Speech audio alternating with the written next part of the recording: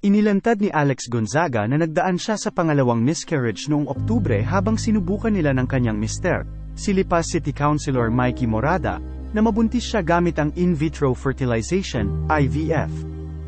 Ayon sa Mayo Clinic, ang IVF ay isang paraan kung saan ang sperm ng isang lalaki ay inilalagay sa itlog ng isang babae sa isang laboratory dish na nauuwi sa pagbubuntis. Sa isang panayam sa YouTube channel ni Tony Gonzaga, ibinahagi ni Alex ang pagiging matatag niya sa kabila ng naging emosyonal na pagkakataon. Sinabi niya na naisipan nilang subukan ang IVF dahil sa matinding pressure na mabuntis siya. Ipinahayag niya rin ang inspirasyon na nakuha mula kay dating unang ginang Michelle Obama, na nagkaroon din ng miscarriage bago mag-conceive via IVF.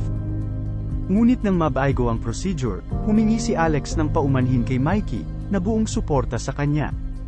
Alex said it made her realize that everything happened for a reason. Dagdag pa na Alex, huwag kayong magagalit kay Lord because may reason talaga. Anong naging epekto ng kwentong ito sa iyo? I-share mo na rin sa amin ang iyong sariling karanasan o opinyon. Huwag kalimutang mag-like, mag-comment, at mag-subscribe.